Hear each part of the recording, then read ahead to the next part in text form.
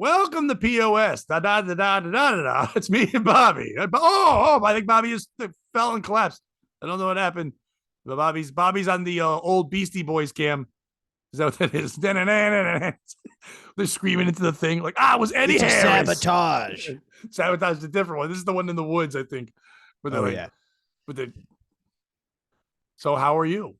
I'm doing pretty well. Give me 1 second to turn my speakers down. Yeah, I just didn't realized. mean to start the show when you said start the show. That's my bad. No.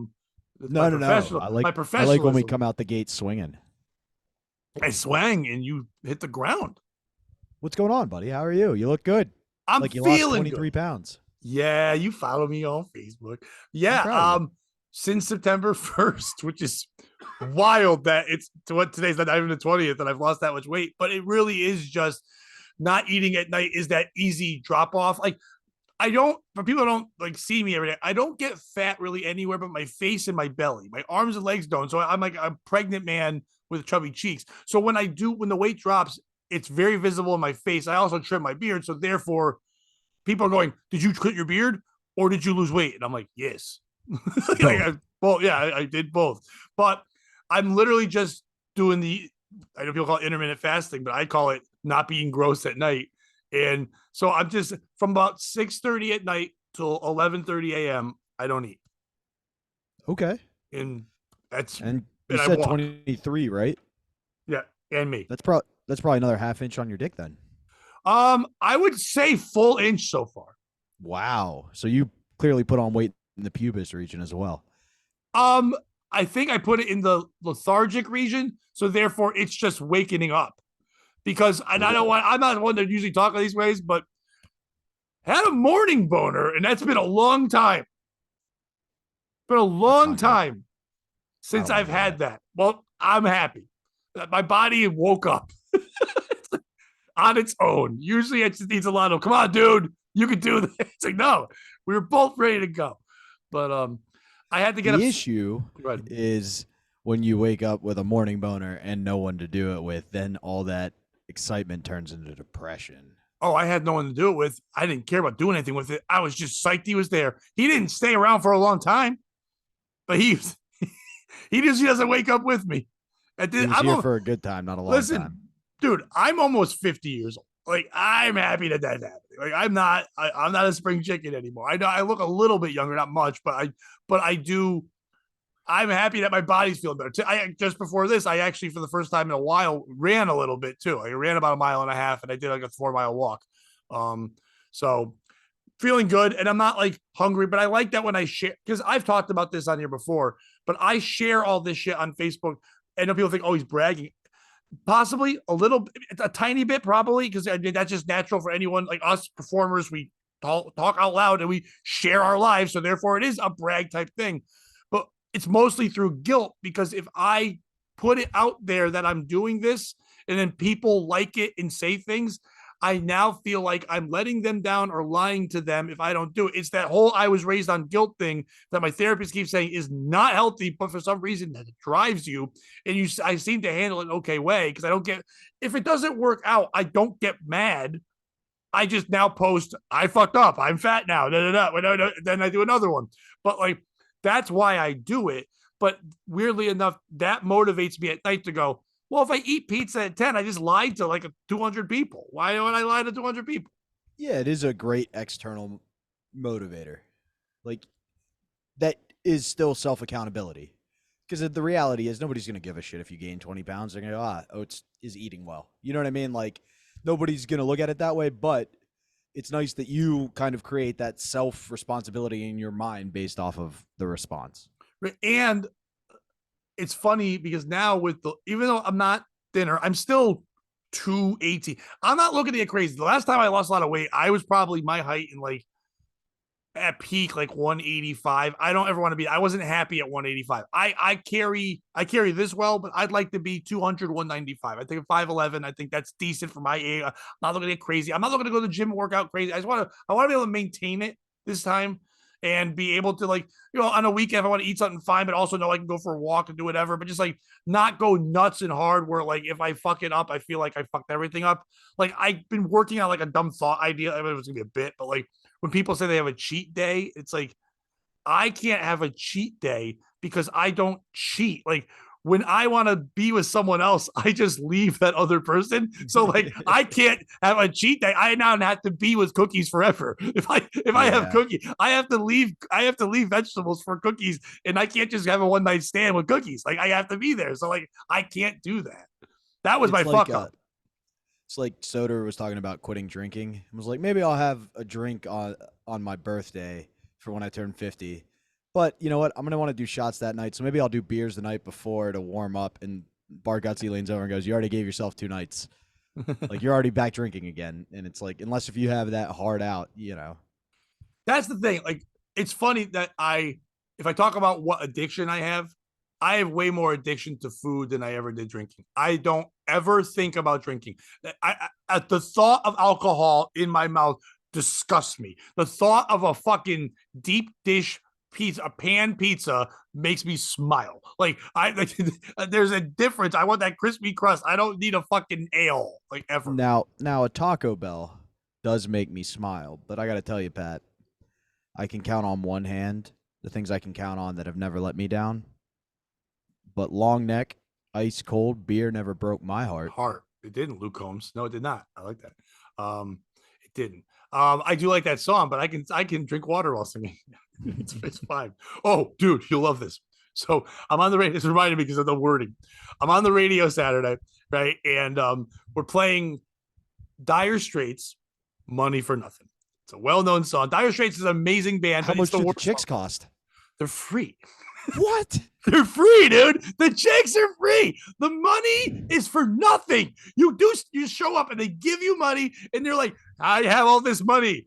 I'd like to purchase some women. They're free. That seems like a red flag. That's the way you do it. If I'm offering to buy the women and you go, they're free, I go, what's wrong with the women? Oh, no. But you play the guitar and I'll play them drums. But I'm just saying, if I go to a fish market and they go, hey, the tuna's free, I go, I'm good. Yeah. Well, probably stinks. Yeah. Yeah. I'm not guessing it's quality women. You know what it is? That was like the precursor to Epstein Island. They're like, wait, you're going to fly me here and I don't have to pay for my flight? No. And I go there, I can just sleep with women. How much do they cost? Nothing. The money's for nothing and the chicks are for free. This is Dire Straits Island. I don't like that. The Dire Straits. Release the Straits. Call them the Dire.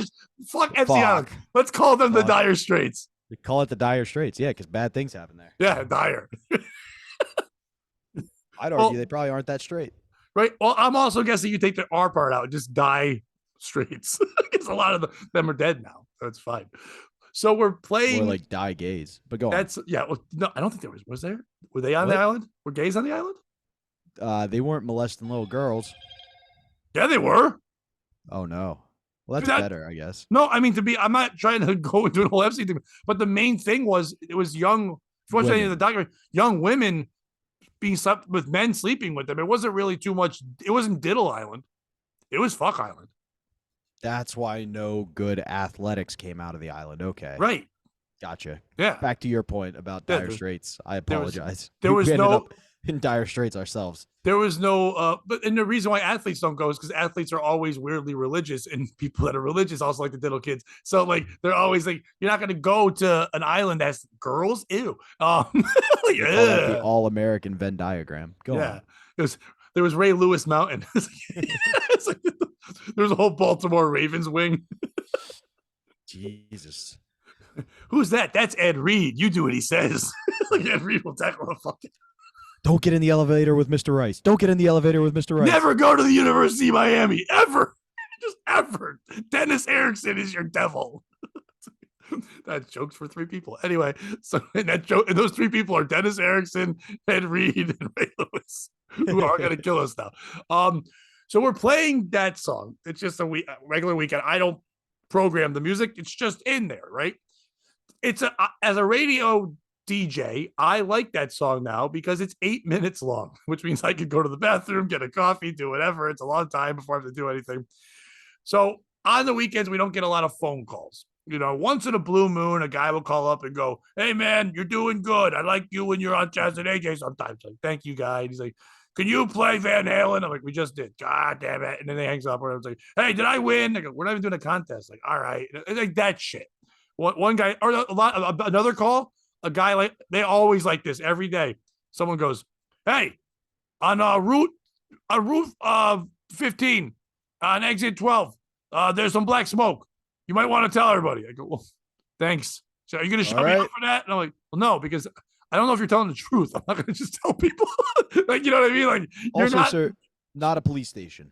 You called the wrong number. They want us to, that part people do because they're trying to let people know. Like, it happens in the morning show, but like, I don't know who this guy is. I don't know if he's telling the truth. I don't know how long ago he saw it. He could have saw that, got drunk, went to sleep. 5 hours later, he's now telling me. You know what I mean? So yeah.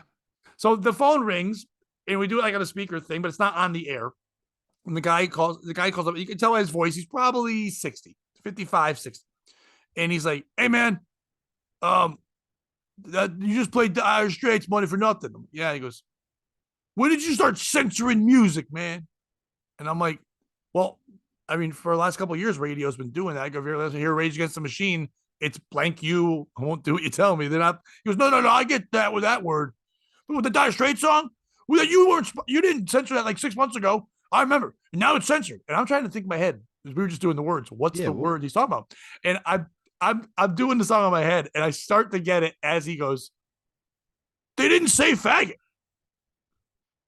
The little faggot plays the drums. He's just like one part. And I go, oh, yeah, I understand why they bleeped that. And he goes, I don't. I wanted to sing it. And I couldn't sing it because they didn't sing it. And I go, you can still sing it. He goes, I'm not singing it alone. The guy's dead serious. And I'm like, I'll tell you, man. He goes, well, I don't care what you tell me. Are you going to tell people that I complained? Are you going to write a note? I go, I don't even know how to start this note. Like, I don't know how to write this note. Like, dearest sirs. To whom it may concern. A real faggot called in while I was playing Dire Straits this morning and complained that he would not sing the word faggot by himself. What's next? You're going to change the word to the Sultan of Chink? What's it swings, sir? It's like, oh, God damn it. It used to not. But like the guy called. It is like the old saying says, it truly does take two to fago.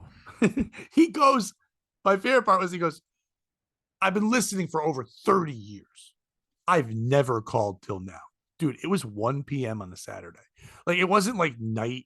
He wasn't drunk. This was like that was his Gran Torino get off my lawn moment. Like, this was his, I'm tired of the world taking away the things I love. Like singing the word faggot, when I'm singing Money for Nothing and Chicks Are for Free, when I'm belting out, by the way, you old coot. Okay, and I know I'm almost 50, but you old fuddy-duddy. Just play it on Spotify. Yeah. You can play it at this day and age. You can listen, you can hear that word. You could probably find a version on the internet that just says that word. Just yell out, okay, and then all of the electrical devices you bitch about on a daily basis. Siri, Amazon, Google, play it, and one of them will play it. Dire Straits, Money for Nothing. You know the version. Just say that. And they're like, yeah. Okay, sir. We'll play the faggot version. Yeah. Non-parade version. But he called up and I was just like, that's the best. Like that guy rule. Whatever's going on in his life, I feel bad for the kids, the wife, whoever's in that deals with this man going, now they're taking away this. What's that? First, women are driving. Now this. Sometimes it's not about what he's calling about, you know? You were talking about posting about your running. Everyone knows I did not complain to the radio station. I did not put that complaint. So if anyone at the radio station hears this, I'm sorry I'm saying that word, but yeah, I think you should know that the people have a concern. But you were talking about your bragging of public exercising and how you use it for accountability. You've been running, so. Friday, as we didn't really talk about it on air, but I had some plans fall through Saturday. So Friday night, I take a large dose of edibles. Oh. And I'm sitting here doing a little bit of editing, and I get a text from my buddy. Hey, man, gonna miss you tomorrow. And the context of that is every year this group of friends and I get together and we run the Pints in the Square 5K. What's that?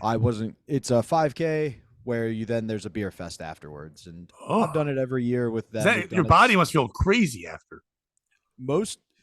The last 2 years are the only years I haven't been the DD. Usually I got the DD Okay. ticket, but it's just not the same. You know, you want to try a beer, and they're like, whoa, whoa, whoa, you know. Yeah. So I, in the past, I haven't been in shape. The 1 year I was actually running when we started doing this together, they didn't have it because of COVID. So I haven't been in shape. And my strategy every time's been keep up with the best person in shape in our group for as long as I can and then just walk the rest. Right. So I'm sitting there. I get the text from him, and it's a guilt trip. I know he's trying to make me feel bad because I blew off the thing. It's fine. So I look and see if you can still register. Quickly register. And I text back. I just go question marks, and he's like, "You better be in Canada." I was like, "No." He's like, "Well, you better have a get." And I was like, "No, what are you talking about, dude?" And he was like, "Well, what about pints in the square?" And I was like, "Oh yeah, dude. I'm gonna be in a real pissy mood. I'm kind of pissed at the world, but I'll see you." So I show up. And on my way there, forget my running shoes. So I have to stop at a Dick's. It's 2 hours away. You know, can't turn around. Got to run Yeah. and just be like, Pegasus, nines, now. Let's go. Get to the race. Go. We're going, and this particular, the past 2 years, they changed the course. It used to be a nice kind of flat through a park. One loop, you're done. Everybody feels good.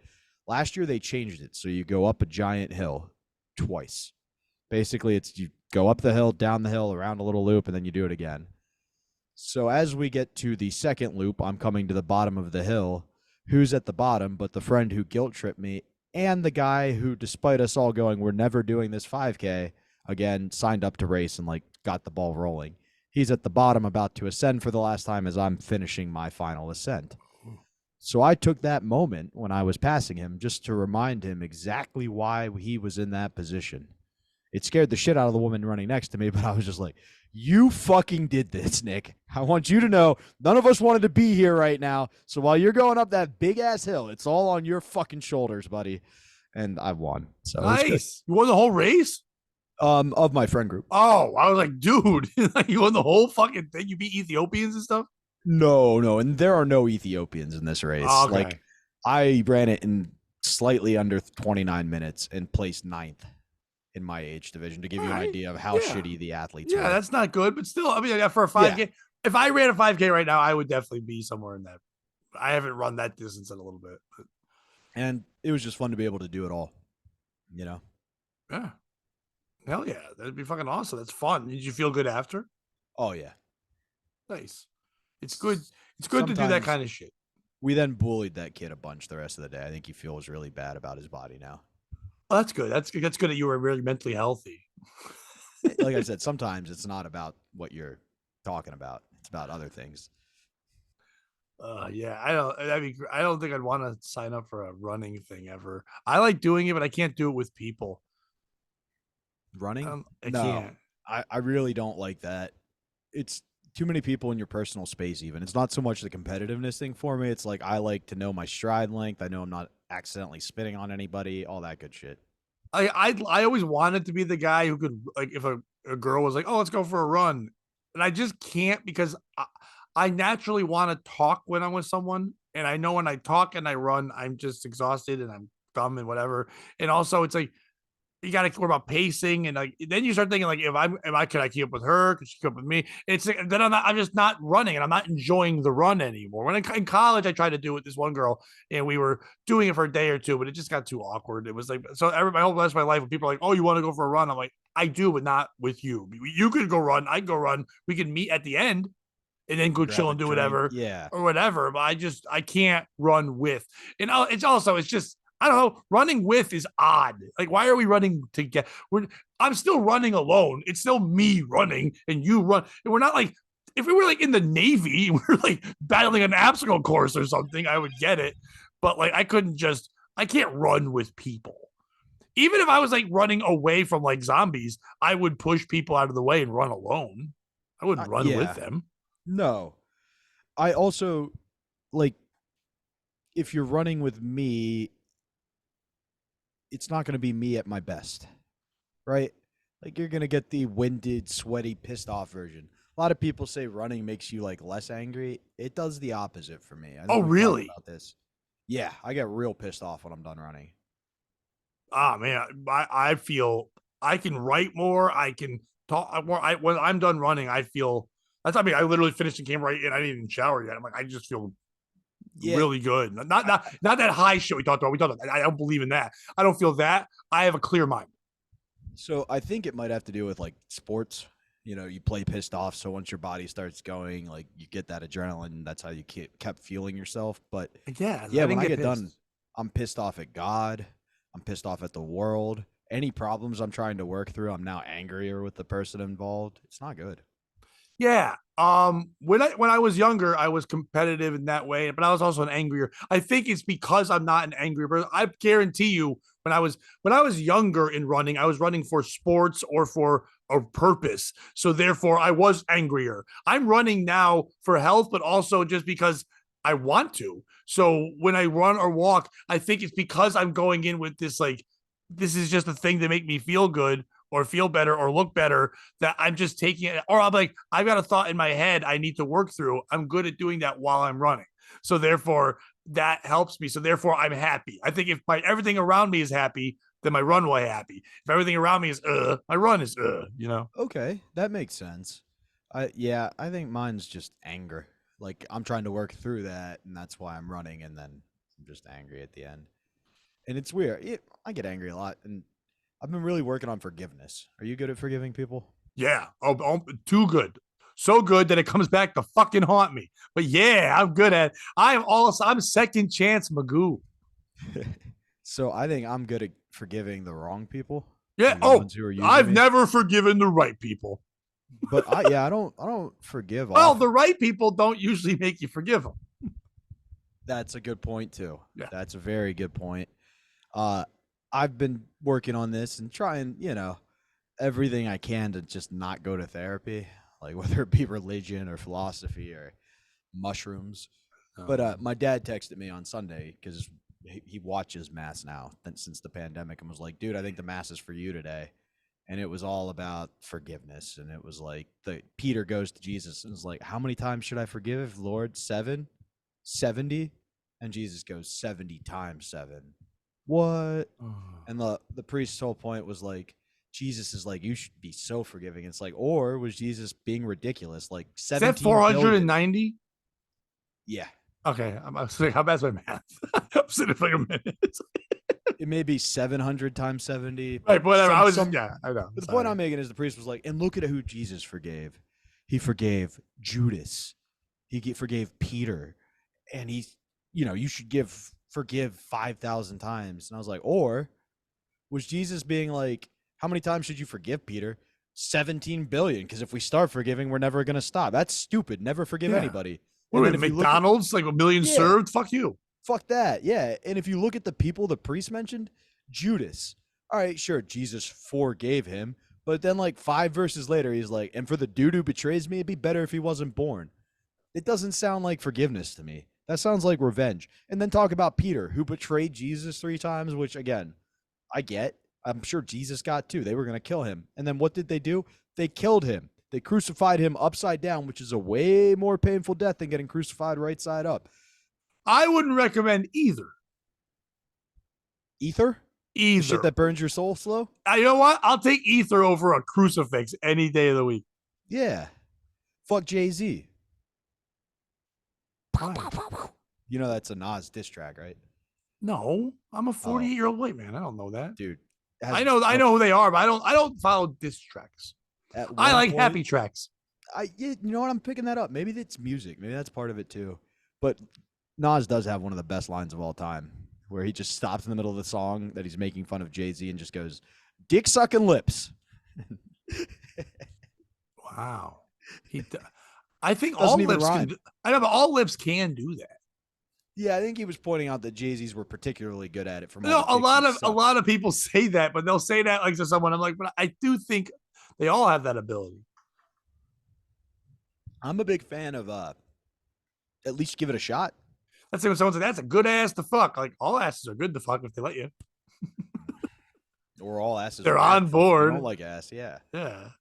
Well, I just mean that the actual act of the sex, not the actual butt of the whole of the butt. Ooh. Yeah. What is going on? You're getting Grubhub? Getting a lot of ding ding. I don't know what all these messages You're a are. popular man. Let's So see. what's up with forgiveness? You started to do that, and then you just didn't. You went into Jesus. Oh, that's my point. Like, I just forgiveness. Everybody's all like, "Oh, be a stoic." Did I tell you that my new book I'm gonna write? Oh, Mark Antony's a pussy, and so are you. No, Marcus Aurelius. I was gonna say Mark Anthony is a pussy. Hanging out Mark with J Antony. Lo with your giant head. Get out of Oh, here. dude, isn't it funny how like cyclical history is? Because that Mark Antony did it with J Lo, and then the other Mark Antony killed himself over a bitch who didn't want him. That's most men. No, it's not most men. Most Most men not. They want to don't. kill them. No, I don't say they kill them, but Themselves. they inside they kill themselves because they can't be with a woman, and then they 10 minutes later they find another woman. It's just like, listen, just if I give one bit of advice from a man who's been in love and out of love and happiness, that whatever, if you really reflect on it, no matter what, if they were awful to you, if you broke up good, whatever happened, just be thankful and happy that they let you see them naked and just keep that memory in your head. I treat it like I don't thank the troops. I don't thank teachers. I every year I want a holiday where I thank the women that let me see them naked. Thank you for your service. I got to see your boobs and your butts, and I'm very happy. So that's all I take out of it there. I can't let you hurt me because I got to see you naked, but before you, I saw someone else naked and thought I'd never see anyone else naked again, but then I saw you. So therefore, I will get to see someone else naked again. So why be upset? It will happen again until I die. And when I die, then hopefully heaven's full of naked people anyway. See, I kind of have learned the opposite lesson when it comes to love and romance. And I know I'm not as old as you are, so maybe No one is. maybe I've got some things to learn. But what I've learned is the worst thing you can have is hope. Oh, hope is wonderful. What do you mean? No, because hope lets you think. Hope lets you make up things in your head. Hope lets you imagine, and then none of that lives up. Reality Well, never lives up to you're that. talking about delusion. That's not hope. No, just even the slightest faint of hope, and you can. It's like an ounce of momentum for the juggernaut. As soon as he gets that, you're fucked. That sounds like a bad metal band. No, it Ounce of works with momentum for the juggernaut. I would not go see them live. it works with life too, right? Like we both chose comedy. But to do that, you need hope. Yeah, there's always a hope. And you know what all that hope's doing? Bob It's hope. keeping us cleaning on. If you had chosen to be a gymnast at this point, Pat, and you haven't been molested, you can tap out. It's over. It's not going to happen, buddy. But like comedy, it can happen at any point, any second. Wait, whoa. See, Hope first is of the all, worst thing you can give somebody. and I know you were going for a fun molesting gymnast joke, but you're wrong because it's all mindset. It's about what you think making it is. That's the problem with it. You think I couldn't be a gymnast? Of course I could. Could I be an Olympic one? No, my age wouldn't allow me to. But could I be someone who does gymnastics every day and gets as good as I can at 48? Of course, say no. You can find a 60-year-old man right now doing it and better than any other 60-year-old guy. I can still be the best and enjoy it. I meant you personally. Oh, I could fucking do a horse right now. Fucking unparalleled bar my you ass. Do that, now. horse. I will unparallel your bars all day, bitch. Men don't do unparallel. Yeah, I do. I'm fucking. That's how I would do. I'd be the man who does the thing men don't do. If a lady can swim with dudes or whatever I was about to say, dude, you're the Leia Thomas of gymnastics. I am the Lena Thomas of gymnastics, and that's how I would do. But you could just that when people say to me all the time, "Well, how do you feel in comedy? 15 years, you never made it." I go, "Well, that you think what made it is different when I made it. I've done a lot of cool shit. I live with that mantra. My whole life is make my obituary cool." So if I get to perform in theaters sometimes. I've made albums. I've written a book. I've been on radio shows. I've done all these things that I never thought I would do. When you read all my shit, you're going to go, that guy had a good fucking time. So that's where my hope comes from. The hope that I can keep doing that. I hope radio goes better. I hope comedy goes better. I hope things in life go better. And if it doesn't, so what? I tried it. That's a good perspective. I like that. I just way better than being like, oh, fuck, nothing's working. What does that do? It was the whole point of just like, oh, I have no hope. It's never going to happen. What does that do for you, though? Like, anger and sadness does nothing. Nothing wrong with being upset, but it does nothing. I think you're misunderstanding what I'm saying. No, you're a hopeless fuck. No. It's just don't. I guess we're kind of saying the same thing where it's like you're saying it depends on your definition of success. And my point is like, don't get wrapped up in your own fantasies. Just live in the moment. Like, stop being like, oh, this could lead to more and just appreciate the second you're there. But Like have you were saying with the fantasies. naked women, Right. like, right, just appreciate the nakedness. Don't worry about, oh, am I going to get to see this naked body every day for the rest of my life? Is this naked body going to bear my kids? It's going to be just enjoy the naked body is my point. Like, don't have Right. hope But about this could also, lead to more. and that would be awesome if that naked body, which is also a person, could provide those things with you and do that. But if that does not work out, just remember the good things you had, not all the parts that was led to the part where that's not that person in your life anymore, because another person will be the person you're pining over and upset about years from now. You know what I mean? Like, how so many times in my life I thought, oh, that was the one that got away, or this is the relationship that should have worked out, or why didn't this work out? Oh, I'll never find anyone like that. And then 2 years later, I'm not even thinking about that person because now I'm involved in something like I never thought this would happen. You know what I mean? So it's life continues to give you these things, but we get too caught up in this one moment of this thing. Have fantasy, have the thought of, I hope it becomes this. Delusions of grandeur, okay, as long as you're okay with it falling down, knowing another one of those moments can happen again. Yeah. I think where I and a lot of people falter is that moment of now I got to build myself back up again. Yeah, that sucks, but it's part of life. I think that's what makes comics good, because the ones who can't handle a joke not working, and they're like, it's not working, fuck it, I'm not getting a laugh. But to me, when a joke doesn't work, I go, awesome, because now I've got work to do. I'm excited. I can mess with this joke. I can tweak it. I can go to a mic. I can record it. I have goals at every mic I go, at shows I do, to make this thing work because I know it can. Same thing with a relationship. Same thing with things in my jobs in life. Same thing with my own mindset and getting healthier and happier. It's not working right now, but it can work. And it's because now I know that I'm the one in charge. I'm a good dude. I'm a charming person. I like who I am. So therefore, I meet people, they like me. So I can't be like, no one likes me. When I'm out there, they do. If I hide, they don't in my mind, but I'm not letting them see me. So in everything in life, I have to have that mentality of, if I put in the effort, thing can work. And if it doesn't, okay, it didn't work there. Doesn't mean it can't ever work. I think that's hope. Okay. I see what you're saying. Yeah. I think we kind of have a similar mindset on this. Just different ways of saying it. And that's why we get back to the forgiveness part. That's why I always forgive people, because I think the worst thing you can do is just put your shit on someone else.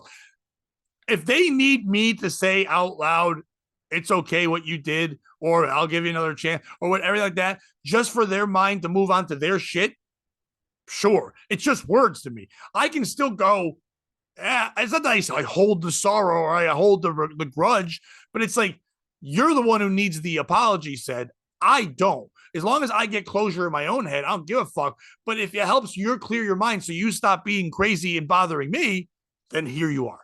I don't want the fight of the thing. I don't want to know why you stop talking to me because you get real mad and upset out of nowhere. That's, if you need to do that, great. It was one time, dude. Oh, Bobby, I'm tired of this shit. Anyway, so, but I don't need.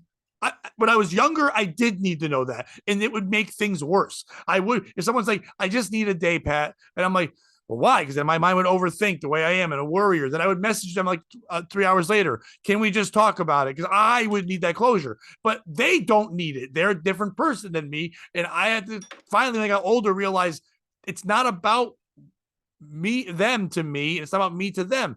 If they need time, give them time, but do stuff with that time. Do not pine, do not grovel, do not brood, do not sit there and mean mug and all those things. Go do other things, not running off to other people or other things, but make yourself busy. Go for a run, get in a project, watch a movie, move on with your life. And if they come Learn how back to tie into a it, noose. right? String it No, to the ceiling fan. do not find a stool. Do find not the find love of jerking off. Do not find a rickety stool store and a rope store like Norm Macdonald. But to go out and do other things. And if they do come back to you in a couple days or weeks, whatever, and be like, hey, I'd like to talk about that, that's in your choice to go, now I'll allow you to talk to me about it. You're doing it on your own terms. If I'm ready for it, sure. If I'm not, I'll be like, you know what? I'm kind of so past it, I don't care. I'm doing other things, whatever. And that's wherever I am. Or it might be like, you know what? Good. And then you can resolve the things if it's a person or an event or a thing you're going for. But to me, the older I get, the more I realize if I sit in one shit, I'm going to miss out on other shit. If I'm pining over one woman And then she's like, I need time. And then a couple of days later, I go out and another woman I can tell is talking to me, but I'm so worried about this one person. I'm not looking at this opportunity, this other person who wants to make connection with me because I'm just so focused on someone that won't, then I'm missing out on an opportunity to feel good again and move forward. And it's like, so I have to allow, but I didn't do that. For years, I was like, oh, this one person, they don't like me, so something's wrong with me. So I have to be Job and I have to fucking suffer and for this person and not, but now I have to go, no. And same thing with if a comedy club doesn't book me, why won't they book me? Oh my, no, fuck you. I'll reach on to these ones. If this radio show won't do this, I have to move on to this thing. In life, I have to just continue to go okay, and hopefully it comes back. And I was going to say, we started this on love because that's how we got into it. And I love all those things. Yeah. Oh, absolutely. But love's been the example. But even like your album taping, it wasn't what we were expecting. It was a different gig. Things moved, but it was awesome. And I kind of the venue changed. Yeah. The aesthetics changed. Absolutely. But the mission in the work I put into was going to be the same if I did it in a basement of someone's house. Absolutely. So that was the part. And I knew I had faith in you and I knew I had faith in me. So I didn't care about anything fucking else. And so that didn't matter. Yeah. That's my point. The only thing you had was what you knew for a fact. You weren't picturing something else in your head. You weren't doing things. So when you had to pivot, it's a lot easier to. When you're planning how your set's going to go for the night, not that either one of us sits there and writes out our set, but you know what I mean? If you envision murdering and you're having to take water breaks because the audience is laughing so hard, anything less than that's not going to stack up in your head. But if you just go, I get to do comedy, you know what I mean? I think we're saying kind of the same thing. Maybe hope's not the right word for what I was saying, but like anything in life.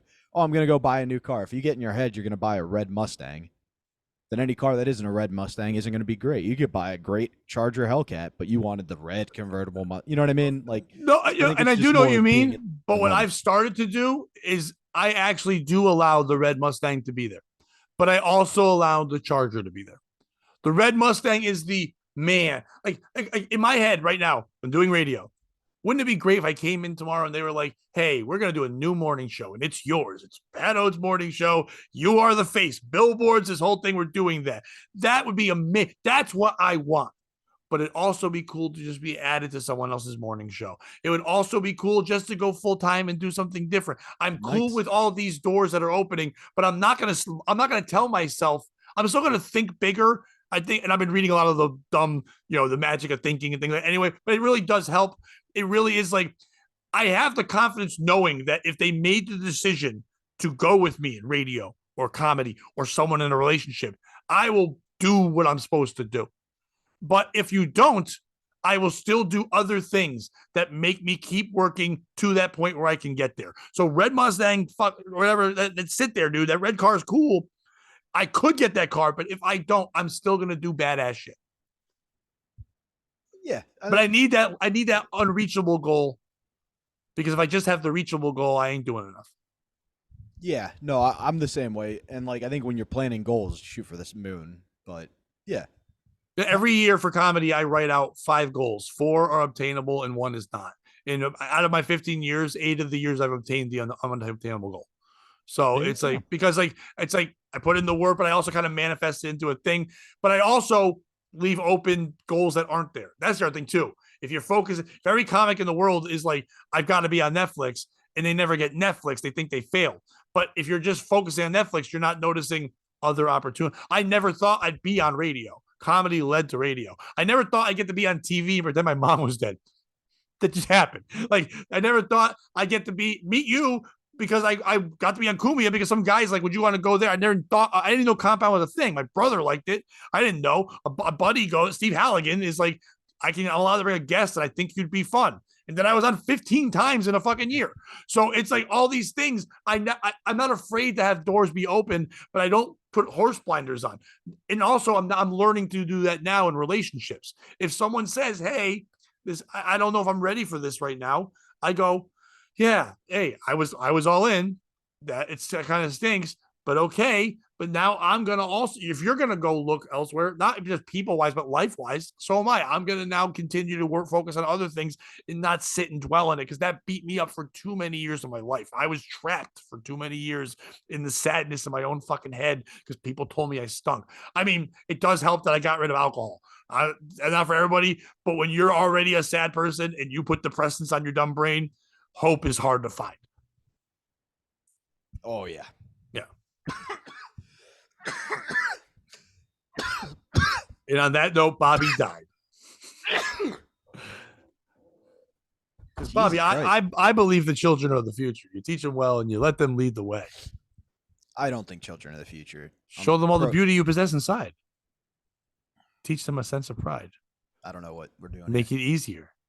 Let the children's laughter remind us how we used to be. I decided long ago never to walk in anyone's shadows. If I succeed, something, I died of crack. I'm Whitney Houston. I'm singing. Bobby Brown pretty much killed me because the greatest love of all is happening to me. There you go. I did it. I saw a good meme the other day where someone's like, it's like stop talking for all women. You can't be all. No one is all women. And someone wrote Whitney Houston because she had that song "I'm Every Woman," and it's like very well done. I thought that was good. Speaking of singers, Saturday I went and saw John Fogerty, Creedence Clearwater Revival. He got all his songs back after years of not having them, and he is telling people. He goes on stage and he goes, "I got all my songs back. I'm singing them all. You're getting them all." Man. All the great ones and the worst song ever, which I am in the minority thinking this. People get mad at me. I even put a video up. I was mad. Man, do I hate the baseball game song. Put me in, coach. I'm ready to play. When? Today. Yeah. Oh, okay. Dude, the best part is watching people not know all the words and just say the main parts. It's like center field. It's like do the best, yo. They're just yelling out. Oh, it was crazy. But dude, he's 78. He's playing lead guitar. He's going hard, dude. He was doing solos. His sons are his opening band, and they're good. They're called Hardy Har. But Hardy, like HEARTY HAR. And they were good. They were good. I don't know the song, but they were good. And then because what's awesome about Fogerty, because he's 78, dude, he goes on at 8. He is done at 9:30, 90 minutes, fucking tight ass. All great songs, and then one long ass song about his stupid wife for 8 minutes. He goes, "I've only written one love song," and I was like, I had some people around me from radio, and I was just like, I can see why this song stinks. Yeah, no, it was not a hit, dude. And behind him is just like the videos of like their wedding and all. Like, I'm pretty sure his wife was like, he was probably gonna leave her, and she's like, she's gonna leave him. Like, I'm gonna leave you unless in the middle of all your concerts you play an 8-minute song and a montage to how great I am. I made your opening band.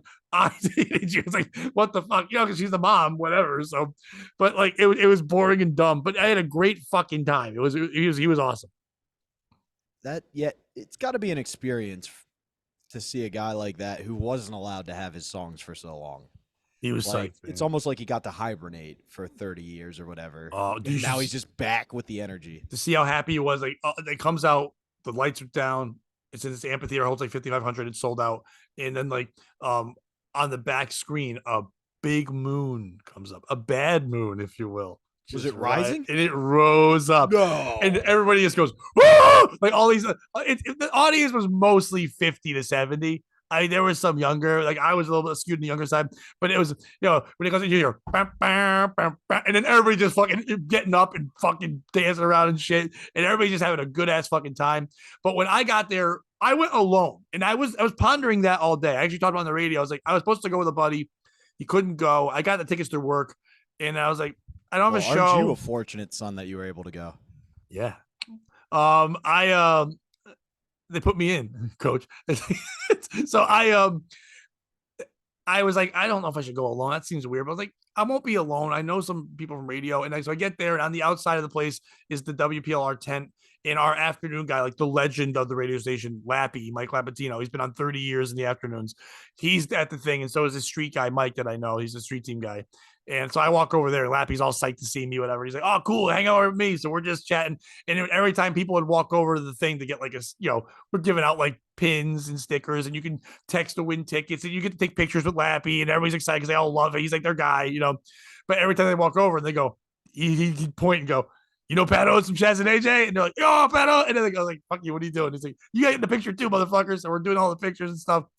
And there's all these old cretins coming up, and they're like, I like you on that show. I listened for 30 years. I'm like, yeah, you should get a tooth. It's like, but whatever. It's like, oh, like, don't touch me, whatever. And then like at one point, these two younger girls come up. One cute, one's a big girl, one's cute. And they're young. They're like for classic rock and for Fogerty, they're young. They're like in mid to late 20s. And so they walk over, and so Lappy's all happy. He's like, yeah, he's like 64, but he's like, yeah, he's all like ladies. And he's like, hey, it's me, Lappy. They're like, the girl turns blow a DJ for some CDs. Even before we can get to that, but I'm sure it's happened. As she doesn't look at him, and she turns and goes, you're Pat Oates from Chaz and AJ, the cute one. And I was like, yeah, Lappy goes, take a picture with Pat Oates. And he's like making her stand next to me. And like, she's like all like hanging out, and Lappy goes, that's good for your confidence. I go, she's 4 years older than my daughter. He goes, isn't that hot? I go, it's not hot. It's not hot. But we were hanging out there for a while. We go into the show. She like finds me on Instagram and says, hey, find me. Maybe we'll smoke weed in the concert later on or whatever. And I'm like, all right, whatever. So then I'm walking around, and the place is awesome. It's cool. I'm trying to find my seats. And as I'm walking up the stairs, the usher lady, she's like probably like a couple years older than me. She goes, excuse me. I go, yeah, can you help me with my seat? She goes, no. I saw you at the Stress Factory 2 weeks ago. And I go, because it's literally the amphitheater is 2 blocks from the Stress Factory. So I'm like, oh shit. The 6 billboards with my giant head were like surrounding this area. I wasn't even thinking about like, oh, some people here might know my face. And she goes, I go, was the show good? She goes, I had a great time. And she stared at me, and I went, Section 207, please. Not happening, ma'am. Bring me to my fucking seat, lady. So we're walking over there, and I go to get. You know when you came to see me at my job, and I did what I was paid to do? Seat 207. How about you do the same? Yeah, I don't know where I'm going and what the fuck. So now I'm like walking around a little bit before I sit my seat. I'm not gonna watch Hardy Har or whatever. And as I'm walking around, I run into the chick again, and she's like, oh, and I was wearing a t-shirt that has the McLovin license on it. So a lot of people, if they didn't recognize me, they're like, McLovin. I had people take a picture with me with the shirt and didn't know who I was, whatever. But a couple people are like, oh, dude, once I would talk or like laugh, people are like, Pat Oates from Cheswick, because my stupid voice, whatever, my laugh. So like, you sound like you were born on the bayou. On the bayou. I'd like to buy you. That's an Epstein song. I'd like to buy you. That's a bad Epstein song. Yeah. Get on that island, bitch. But so I was walking around, and I ran into that chick, and she was hanging out with her friends, whatever. And she's like, we can't find somewhere to smoke. And I'm like, you smoke anywhere. But like, I forget, oh, you're 25. You're afraid of everything, whatever. It's an amphitheater, bitch. There was police around. It does get weird. I get it. So I walk away from her, and I'm walking around, and then here comes Lapatino again. He goes, there you are. He goes, have you ever been to the our suite? And I'm like, oh no, I've never been to this amphitheater, but like I'm sure that's for like the big name guys. Or he goes, let's go. So we walk over, and everyone has badges that people like go up there, but like not us. He just goes, points, and they're like, Lappy, and he goes, this is Pat Oates, that's AJ. He's on the weekends too. And they're like, Pat Oates. They're like, all right. So we just walk up. We go up to the thing, and now we're just walking to the like part. And there's one guy up top. He goes, so many stairs. And Lappy's like, you're old. You're gonna die. And they're like just slapping the guy around. He goes, this is Pat Oates. He goes, I heard you on the show. I'm like, and fist bumped me. He's like, go ahead. So then we walk into the suite, and it's like when you go in there, it's a cool little like enclosed place, and then they have like a little balcony part where you can sit like little seats, and you're dead center. Would you describe it as pretty sweet? It was pretty fucking sweet. And so we go in, and there's like 2 people, and then some sales lady. And I look at Lappy, and I'm like, who are these people? And he goes, usually the salespeople bring the big advertisers, and they get to use this thing. So we pop in here. They're happy to meet us because they spend a lot of money, whatever.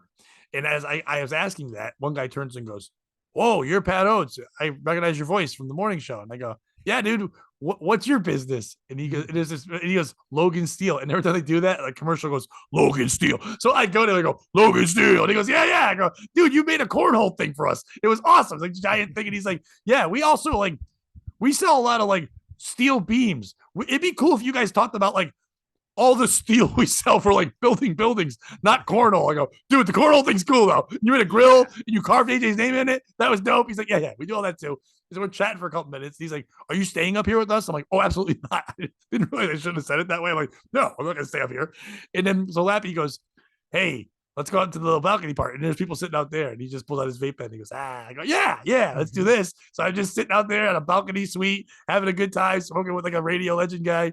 And we went back in, and there's 2 troughs of popcorn. Those guys are having some. I'm just like, fucking popcorn go. The sales lady's like, I think I know you. I go, I think I know you, lady. Like, I don't know. So now, yeah, basically at this point, because I had too much vape. And then so Lappy's like, I'm going to go. I got to go talk to people. I'm like, all right. So he goes, you can stay up here. I'm like, nah.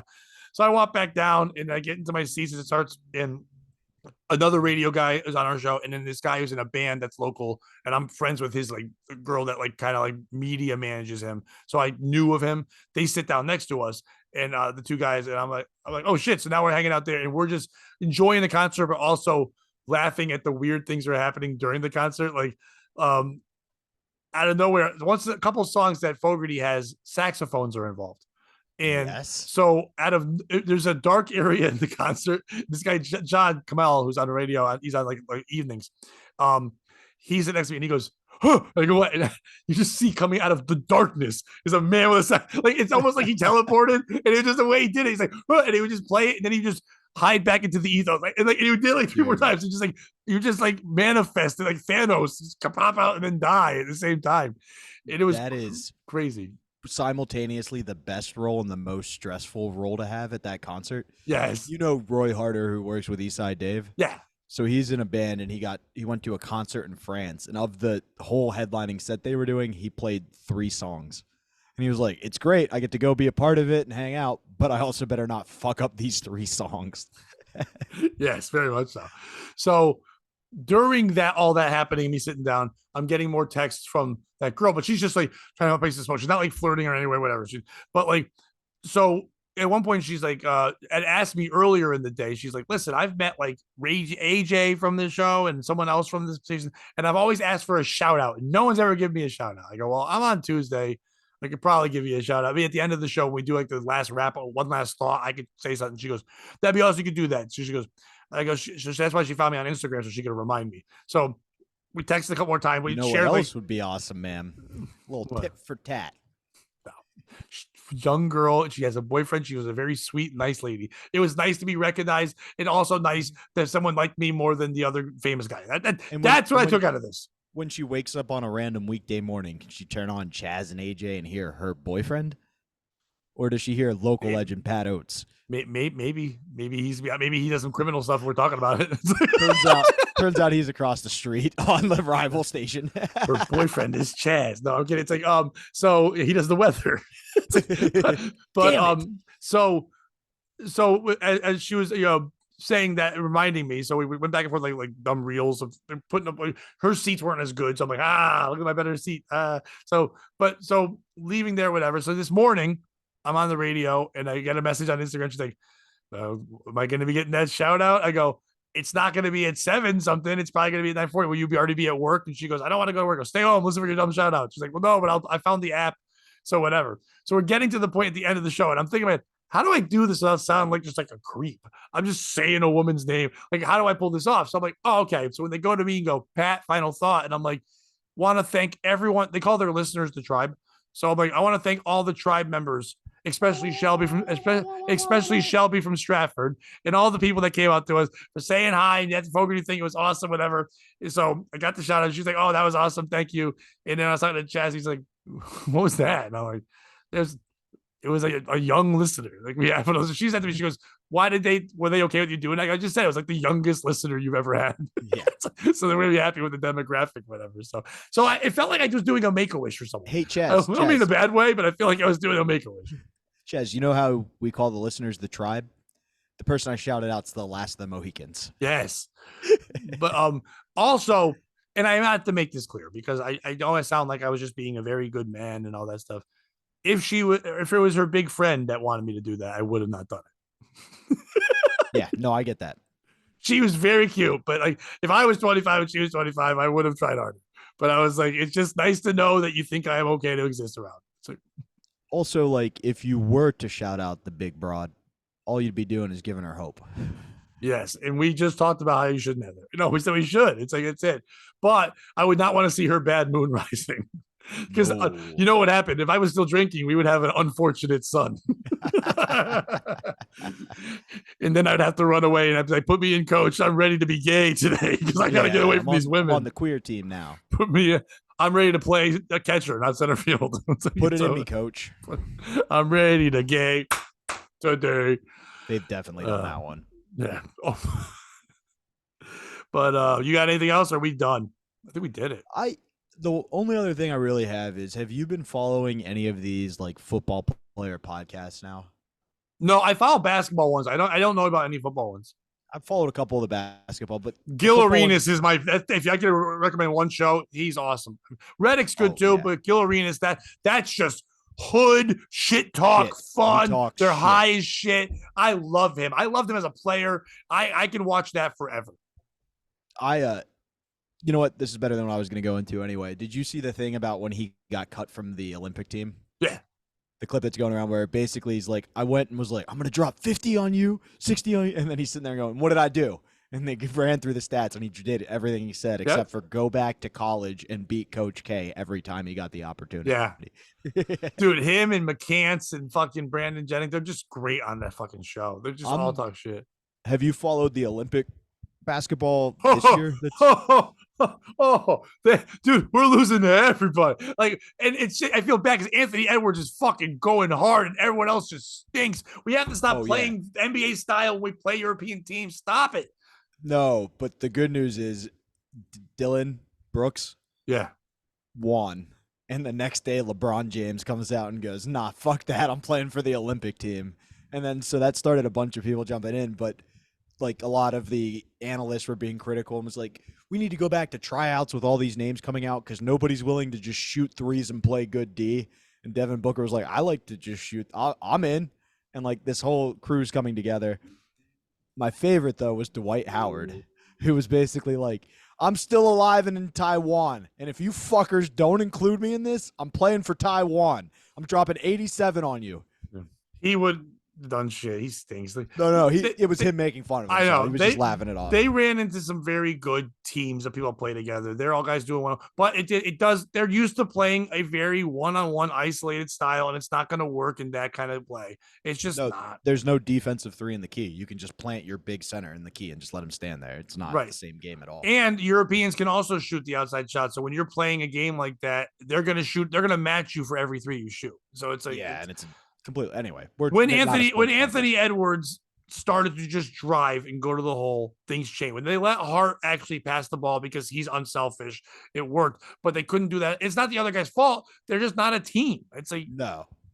When the country's like, yeah, we'll pay for your living so you train with these guys and learn all their It's the greatest thing that ever happened for a fan to watch was the Dream Team. The worst thing that ever happened to make the rest of the world wake up was the Dream Team because everyone else is like, we're not getting embarrassed by these fuckers. We're gonna fucking raise children from 2 years old to know how to play basketball. You're gonna be the center in 18 years, 2-year-old boy. So you're gonna learn that all you 2-year-olds are gonna learn play together. All you 6-year-olds are gonna play together. We're gonna drill you in your head so we can beat that team. Yeah. We're gonna raise 18 Arvydas Sabonis's. And if you have a young kid that you want to train for comedy, Pat, tell them where they can learn from you. Nowhere.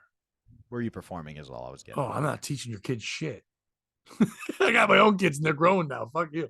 I don't know if I have a lot of comedy dates to push. I guess I got local stuff. You can find me on Facebook stuff. Just the main thing is the podcast. Just subscribe to it. We're like literally 30 or 40 subscriptions away from 1,000. The Patreon would be nice if you joined on there, whatever. And just, support us in this anyway. If it's money, great. If it's just likes and subscribes, that's great. If it's just sharing the podcast, and even if you don't want to watch it, just sharing it so other people see it. Let people know that you enjoy this. Listen, we are inspirational. If it's just titty pics, And you feel like just DMing me titty pics. Yeah, give those to. I don't want your titty. I'll take a nice long 15 to 20 minute conversation on the phone to ask about my day. I like that better. But I can't come from a fat or old person. It can't be old and gross. I'm sorry, I can't. I'm not trying to be that. You can't. And if you're like, am I one of those? If you even have to ask that, you are. And then you're like, oh, does that mean older than me? No, my age is old. I don't like my age. Like my age is not good. I want younger. And I want not gross. You have to be able to fit in a spoon. I like to cuddle. You have to be in a little spoon. And for me, just to talk to me, just to literally be on the phone with me, you have to qualify for that. I get that. I'm just saying. And a woman. For me, all I'm looking for is over the age of 21 and a woman. I can go. I don't want to put an age on it, but titty pics because for titty pics, yeah, I don't want that. I don't like. And I like to earn. I like to earn my nude. I'll take a titty pic. What do you call this fucking podcast? No, this is sadness. You've earned it. No, I want to see them naked first in person and earn that as a togetherness, and then you can give me pictures because now I've seen it and I can have some war pictures like to bring with me. But before that, I don't want to see the Carfax before I see the car. I know people want to do that. I don't. I want to see the car. I want to say I got to test drive it, but I at least want to kick the tires. And you should drive your car over to youtube.com/POS the podcast and subscribe so we hit our numbers. And if you're not doing anything Sunday, Don Jameson is taping his album 2 shows at McSorley's. It should be a lot of fun. McSorley's? Yeah. In New York? Mm-hmm. That's going to be a little fun, really, everybody on top of each other. That's going to be cool. Yeah. I'm hoping for whoever's hosting those shows, it makes it easier. Oh, you're hosting the shows? I'm not doing anything Sunday. Maybe I'll come up. I'm not doing anything Sunday. Maybe I'll come up. That'd be fun. Yeah, come here. Maybe I'll come say hi. Yeah, that'd be a fun one. Don's great. Yeah, and this isn't an uncancelable record either. It's a Metal Blade. It'll be a real show. There's probably going to be a bunch of bands in the audience. Not that there's anything wrong with Uncancelable Record. It's a wonderful label and incredible. It absolutely is. But what I'm saying is it's not like one of those where I'll be working the whole time if you come out and won't be able to hang out with you. It's through a different, like a metal record company. No, that's cool. But I just, Don's always been a hardworking, funny guy who's been supportive of everybody. So it's like he's put me on his shows before you guys, anyone else at Compound did. You know what I mean? So I was like, all right, so that's cool. But absolutely. And he's one of those guys who's just like, hey, you like comedy? Sweet. You're a part of the team. Maybe I'll hit up Pete because Pete loves it. Maybe Pete will go. So all right, you should hit up Pete. I'll end up not going, but I like to make a fake. I like to make a goal, an unattainable goal. Anyway, so it's like, all right. So go ahead, Bobby, do it. And if you can't join them, beat them, and don't be a piece of shit. Yeah.